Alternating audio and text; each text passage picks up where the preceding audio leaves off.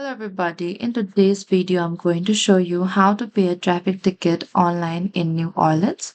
Firstly, you need to open any of the web browser. And in the top, there's this address bar, type down nola.gov and enter it. And once you're inside this homepage here, you need to scroll a bit down and from here select this pay ticket and from here select this traffic tickets. So over here, you need to scroll a bit down and select this online here. And after that, you need to select this pay traffic ticket. After that, select this pay ticket online again.